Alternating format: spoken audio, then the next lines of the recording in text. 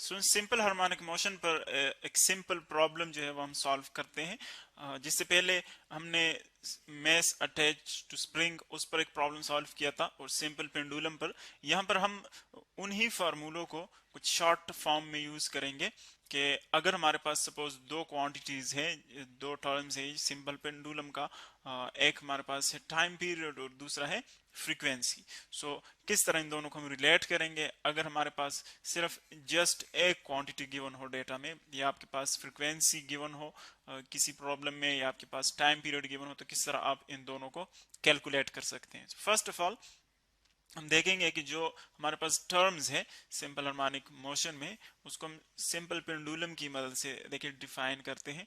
Just उनको revise करते हैं कौन कौन से टर्म्स हमने पढ़े हैं।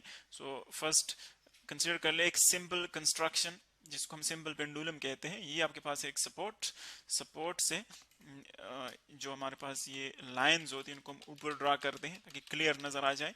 ये सपोर्ट है, इससे आप कोई भी स्ट्रिंग जो कि इनएक्सटेंसिबल हो, यानी उसमें जो है लेंथ में चेंज ना आता हो, उसकी लेंथ कांस्टेंट हो, उसको हम कंसिडर कर लेते हैं। ये है स्ट्रिंग, कोई भी स्ट्रिंग आप ले सकते हैं।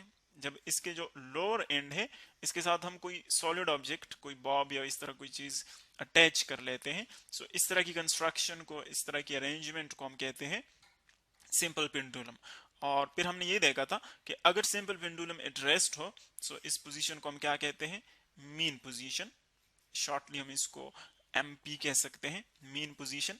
अब अगर हम इसको यहां से डिस्प्लेस कर ले इस पोजीशन से, जिस तरह की बिल्कुल स्विंग आप कंसिडर कर सकते हैं, झूला जो कि एक कॉमन एग्जांपल है इसका। यूं हम इसको सपोज डिस्प्लेस कर लेते हैं किसी भी साइड पर, राइट साइड या लेफ्ट साइड, किसी भी साइड पर आप इसको डिस्प्लेस कर सकते हैं। यहां पर सपोज मैंने इसको डिस्प्लेस किया, ये है पॉइंट ए। पॉइंट ए आप इसको कंसिडर कर ले।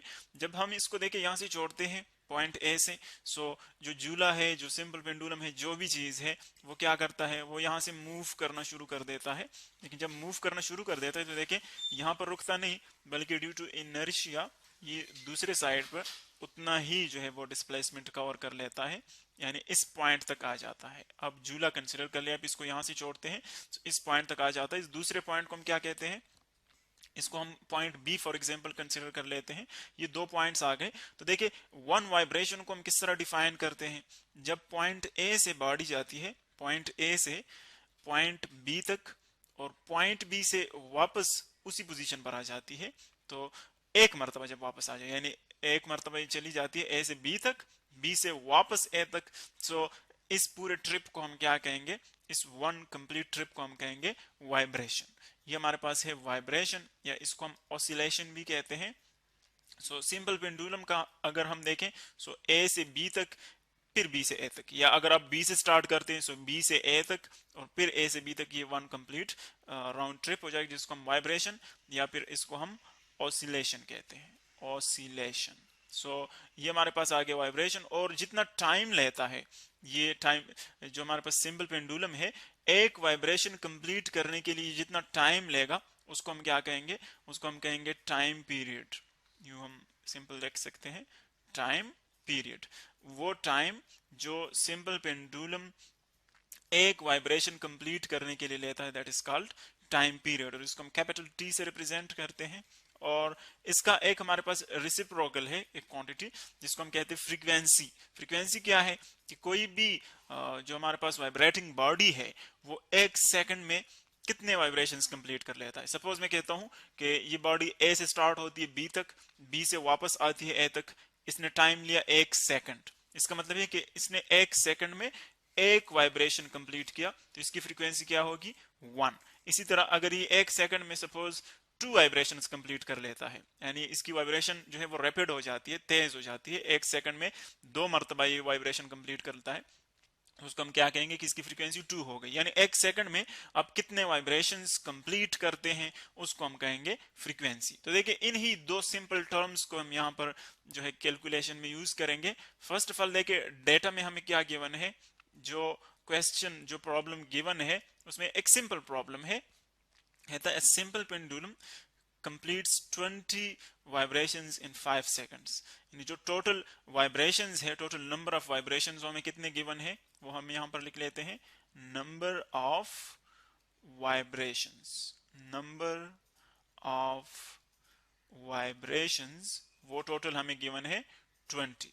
यानी एक सिंपल पेंडुलम है जो कि 20 वाइब्रेशंस कंप्लीट कर लेता है कितने टाइम में, 5 सेकंड्स में।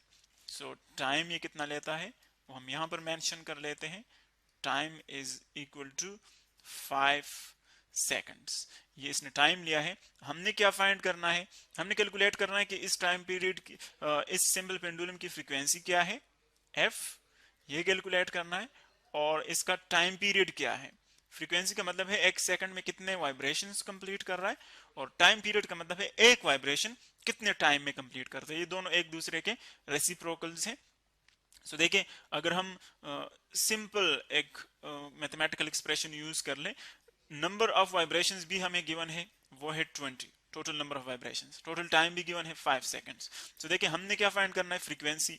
और फ्रीक्वेंसी हम इजीली कैसे फाइंड कर सकते हैं, टोटल जो वाइब्रेशंस है, देखिए हमने एक सेकंड में टोटल वाइब्रेशंस फाइंड करने हैं कि एक सेकंड में कितने वाइब्रेशंस होते हैं। सो आपने पूरे जितने भी टोटल नंबर ऑफ वाइब्रेशंस है उसको आपने टोटल टाइम पे डिवाइड करना है, कितना टाइम ये ले रहा है। सो वो हमारे पास आ जाएंगे number of vibrations in 1 second. So देखें फ्रीक्वेंसी जो है वो हम इजीली यहां से फाइंड कर सकते हैं कि ये हमारे पास है total number of vibrations, total total number of vibrations, total number of vibrations divided by time taken, कि इन टोटल वाइब्रेशंस के लिए कितना टाइम ये ले रहा है, टाइम टेकन। सो देखें टोटल नंबर ऑफ वाइब्रेशंस कितने हैं, 20 वाइब्रेशंस कंप्लीट कर लेता है ये बॉडी कितने टाइम में, 5 सेकंड्स में। सो ये आ जाएगी 5 सेकंड्स। देखिए नंबर ऑफ वाइब्रेशंस वो एक जस्ट नंबर है, उसकी यूनिट नहीं है, और जो टाइम है उसकी यूनिट है सेकंड। सो हम यहाँ पर रिप्रेजेंट कर लेते हैं उसको। सो देखें क्या बनता है, जो फ्रीक्वेंसी है आप 20 को 5 पे डिवाइड कर ले तो जो इसकी फ्रीक्वेंसी बन जाएगी वो क्या है, 4। अब इसकी यूनिट क्या होगी, देखें ऊपर कुछ भी नहीं, ऊपर कोई यूनिट नहीं, नीचे जो है वो सेकंड है। तो अगर आप सेकंड को ऊपर ले जाएंगे तो क्या बन जाएगा, सेकंड इनवर्स। अब इसका क्या मतलब है सेकंड इनवर्स का, इसका मतलब है कि एक सेकंड में ये 4 वाइब्रेशंस कंप्लीट कर लेता है। तो एक सेकंड में कोई बॉडी जितनी वाइब्रेशंस कंप्लीट करता है उसको हम क्या कहते हैं, उसकी फ्रीक्वेंसी। देखिए अगर कोई दूसरी बॉडी है वो एक सेकंड में 5 वाइब्रेशंस कंप्लीट करती है तो उसकी फ्रीक्वेंसी 5 हो जाएगी। अगर कोई ऑब्जेक्ट है वो एक सेकंड में 20 वाइब्रेशंस कंप्लीट करते उसकी फ्रीक्वेंसी 20 हो जाएगी। और जो टाइम पीरियड है वो हम इजीली कैलकुलेट कर सकते हैं, बहुत सिंपल फार्मूला है टाइम पीरियड और फ्रीक्वेंसी का। टाइम पीरियड जो है वो फ्रीक्वेंसी का रेसिप्रोकल है, यानी t is equal to 1/f। और जब आप f फाइंड करते हैं तो वो बन जाएगा f is equal to 1/t। So just आपने f की वैल्यू पुट करनी है। f की वैल्यू क्या है यहाँ पर, अभी हमने फाइंड की वो है 4। सो यहाँ पर आप 4 पुट कर लें। सो देखिए 1 को आप 4 पे डिवाइड कर लें तो क्या बन जाएगा, जब आप 1 को 4 पे डिवाइड कर लेंगे तो इसे बन जाएगा 0.25। और टाइम पीरियड चूंकि टाइम है तो इसकी यूनिट क्या हो जाएगी, सेकंड। यानी एक वाइब्रेशन कंप्लीट करने के लिए इस बॉडी को कितना टाइम रिक्वायर्ड है, 0.25 सेकंड्स। तो ये हमारे पास है एक सिंपल एक्सप्रेशन कि इसमें हम फ्रीक्वेंसी और टाइम पीरियड को किस तरह। तो साथ हम बात करते हैं जी कि वेव इक्वेशन को किस तरह से ड्राइव किया जा सकता है। Wave equation basically v is equal to F lambda. अब यहाँ पे देखें व्हाट इज v, v जो है वो स्पीड ऑफ वेव है, ठीक है, स्पीड ऑफ वेव है, ठीक है। इसको हम डिटेल में भी स्टडी करते हैं कि ये किस तरह से होगी। इसी तरह f जो है वो फ्रीक्वेंसी है, फ्रीक्वेंसी ऑफ वेव, फ्रीक्वेंसी पे भी डिटेल में बात करते हैं। इसी तरह से l जो है वो क्या है, लैम्डा, ठीक है, जिसको हम वेव लेंथ कहते हैं। वेव की लेंथ कितनी है, वेव लेंथ, जिसको हम लैम्डा से रिप्रेजेंट करते हैं, जो कि ग्रीक लेटर है लैम्डा, ठीक है। अब अगर आप यहाँ पे देखें तो हमारे पास फर्ज करें एक हमारे पास एक रिजिड सपोर्ट है, इसके साथ मैंने एक स्ट्रिंग, एक धागा बांध दिया, ठीक है। अब क्या किया, यहाँ पे मैंने एक धागा या एक रस्सी जो है वो बांध दी इस तरह से हॉरिजॉन्टल फॉर्म के अंदर। अब रस्सी का दूसरा एंड जो फर्ज करें स्ट्रेट है, ठीक है, इस तरह से। अब रस्सी का जो दूसरा एंड है वो हाथ में है और उसको हम इस तरह से मूव करा रहे हैं कि पहले हम अपवर्ड लेकर जाते हैं एंड देन अगेन डाउनवर्ड, जितनी लाइन यानी मीन पोजीशन से ओरिजिनल पोजीशन जितना आप अपवर्ड लेकर जाएंगे उतना ही अगर आप डाउनवर्ड लेके आएंगे तो आप देखेंगे कि आपके पास एक वेव प्रोड्यूस होगी, आपके पास एक वेव प्रोड्यूस होगी जो कि इस तरह की होगी, जिसको मैं यहाँ पे ड्रॉ करूंगा। ठीक है, यहाँ पे डायरेक्टली मैंने आपको ड्रॉ करके दिखा दिया, वो इस तरह से वेव होगी। अब हम क्या करते हैं कि अगर हम देखते हैं जी कि what is the speed of the wave, अब ये वेव की स्पीड है, ये वेव इस तरह से ट्रेवल कर रही है, ये इसकी स्पीड है। ठीक है, और इसी तरह से एक और चीज हम देखते हैं विच इज कॉल्ड, इसको हम क्या कहते हैं जी, वेव लेंथ, यानी जो हॉरिजॉन्टल वे में इसने डिस्टेंस ट्रेवल किया है, यानी जो इसका डिस्प्लेसमेंट है वो क्या कहलाएगा, आपका वेव लेंथ लैम्डा, यानी ये जो है वेलोसिटी हो जाएगी जिस स्पीड के साथ ये मूव कर रही है वेलोसिटी। ठीक है, चले हम इसको सिंपल वी कह देते हैं। और इसी तरह से जो इसने, यानी आप फर्ज करें ये पार्टिकल जो है छोटे छोटे स्ट्रिंग के ऊपर जो छोटे छोटे पार्टिकल्स हैं, इनको हम कहते हैं जी इक्विलिब्रियम पोजीशन के ऊपर हैं। तो इक्विलिब्रियम पोजीशन से ऊपर जो पार्टिकल्स होंगे, यानी ऊपर ड्यूरिंग वेव मोशन जो अपवर्ड पार्टिकल हैं, जो अपर हाफ है इसका ये कहलाता है हमारे पास क्रेस्ट, और जो लोअर हाफ है ये हमारे पास कहलाता है ट्रफ।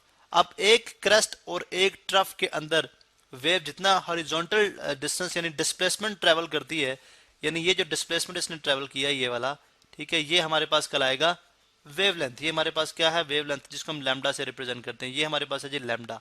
अब हम जानते हैं कुछ टर्म्स है जो कि हम हमारे यहाँ पे अंडरस्टैंड करना जरूरी है। हम कहते हैं जी कि एक वेवलेंथ यानी एक क्रस्ट और एक ट्रफ को ट्रेवल करने के लिए, यानी पास करने के लिए या प्रोड्यूस होने के लिए जितना टाइम रिक्वायर्ड होता है, that is called time period. Time period, for example एक क्रस्ट और एक ट्रफ प्रोड्यूस करने में जो टाइम लगा वो 2 सेकंड था, तो इस वेव का टाइम पीरियड क्या हो जाएगा, 2 सेकंड। ठीक है, इसी तरह से आपके पास एक टर्म है frequency. What is frequency? Frequency क्या होती है? फ्रीक्वेंसी होती है हमारे पास कि एक सेकंड के अंदर जितनी वेवलेंथ पास करेंगी, एक सेकंड, देखें टाइम पीरियड तो हो गया। फॉर एग्जांपल जैसे हमने बात की थी कि टाइम पीरियड जो है इसका क्या था, जिसको हम कैपिटल टी से रिप्रेजेंट करते हैं, टाइम पीरियड इसका था 2 सेकंड, यानी एक वेवलेंथ पॉइंट ए से पॉइंट बी तक आने में, पॉइंट ए से पॉइंट बी तक आने में इस वेवलेंथ को जितना टाइम लगा, जो कि एक कंप्लीट वेवलेंथ है, वो टाइम क्या है 2 सेकंड। और फ्रीक्वेंसी क्या है, 1 सेकंड में। अगर आप देखें कि एक वेवलेंथ 2 सेकंड में पास की है, तो 1 सेकंड में कितनी वेवलेंथ पास करेगी, जाहिर है हाफ। ठीक है, तो अगर मैं यहाँ पे डिवाइड देखूं तो हाफ किस तरह से आ सकता है, फ्रीक्वेंसी को अगर मैं टाइम पीरियड से डिवाइड कर दूं 1 आवर 2, मीन के 1 आवर 2 सेकंड, मीन के 1 सेकंड के कितनी वेवलेंथ पास करेगी, हाफ, 0.5 वेवलेंथ जो है पास करेगी। तो इसकी फ्रीक्वेंसी क्या हो जाएगी, 0.5 हर्ट्ज, क्योंकि 1 आवर सेकंड किसके इक्वल होता है, हर्ट्ज के इक्वल होता है। तो आप देखें जी कि इसकी फ्रीक्वेंसी क्या होगी, 0.5 हर्ट्ज। अब हम देखते हैं कि अगर लेट सपोज हमने स्पीड मालूम करनी हो इस वेव की, ये स्पीड कितनी है, तो आपने 9th क्लास के अंदर ये बातें पढ़ रखी हैं, स्पीड v इज, यानी हम वहां पे एस से डिनोट करते हैं, एस डिस्टेंस होता है, S is equal to V T होता है। और अगर आपने लेट सपोज हम v की टर्म से बात कर लेते हैं, स्पीड किसके इक्वल हो जाएगी, डिस्टेंस आवर टाइम के इक्वल। अब यहाँ पे अगर हम रिप्लेस करें इन चीज़ों को जो कि अकॉर्डिंगली इनके अब जो प्रॉपर चीज़ें हैं, यानी प्रॉपर जो टर्म्स हमने यूज़ की हैं, यानी हम यूं बात करना चाह रहे हैं जो स्पीड है उसको हम v लिख रहे हैं, जबकि डिस्टेंस जो है वो लैम्डा के इक्वल है, हॉरिजॉन्टल डिस्टेंस। ठीक है, ये लैम्डा के इक्वल है। और t यहाँ पे टाइम पीरियड जो कि कैपिटल टी से हम रिप्रेजेंट करते हैं, कैपिटल टी के साथ। ठीक है, और यहाँ पे हमने एक और बात देखी कि टाइम पीरियड और फ्रीक्वेंसी के दरमियान जो रिलेशन है वो क्या है, इनवर्स है, यानी frequency is equal to 1 over T होता है। यानी अगर आपने फ्रीक्वेंसी मालूम करनी है तो आपको टाइम पीरियड मालूम होना चाहिए, टाइम पीरियड मालूम करना तो फ्रीक्वेंसी मालूम होनी चाहिए। या आप रिलेशन की बात करें तो टाइम पीरियड अगर ज्यादा होगा तो फ्रीक्वेंसी कम होगी, अगर टाइम पीरियड कम होगा तो फ्रीक्वेंसी ज्यादा होगी।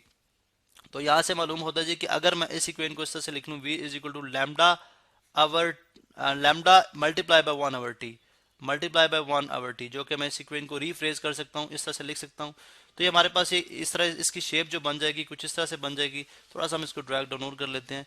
इसकी शेप जो बन जाएगी हमारे पास क्या बन जाएगी, v is equal to 1 over T किसके इक्वल है, f के इक्वल है। तो यहाँ पे 1 ओवर टी की वैल्यू लगा दें, v is equal to lambda f, और v is equal to f lambda, where v क्या है, स्पीड ऑफ द वेव है, f जो है वो फ्रीक्वेंसी, आप जानते हैं फ्रीक्वेंसी क्या है, और लैम्डा जो है वो क्या है, वेवलेंथ। तो अगर आप यहाँ पे इस रिलेशन को अगर आप देखें तो जो स्पीड का यूनिट होता है वो क्या होता है, मीटर फी सेकेंड। ठीक है, और उसके बाद लैम्डा जो कि वेवलेंथ है मीटर में आएगा, ठीक है, और जो फ्रीक्वेंसी है वो पर सेकेंड होती है, ठीक है, पर सेकेंड इनटू, अगर आप इनकी साइंस भी चेक करना चाह रहे हैं कि अगर ये दोनों साइड्स के साइंस इक्वल ही आते हैं, यानी यहाँ से वेलोसिटी किस तरह से इक्वल हो जाएगी एफ लैम्डा के, तो अगर आप लैम्डा को चूंकि आप मीटर में लेते हैं तो देखिए मीटर फीट पर सेकेंड इज इक्वल टू पर सेकंड, यानी एस अब -1 नीचे आके क्या हो जाएगा +1, तो मीटर पर सेकंड।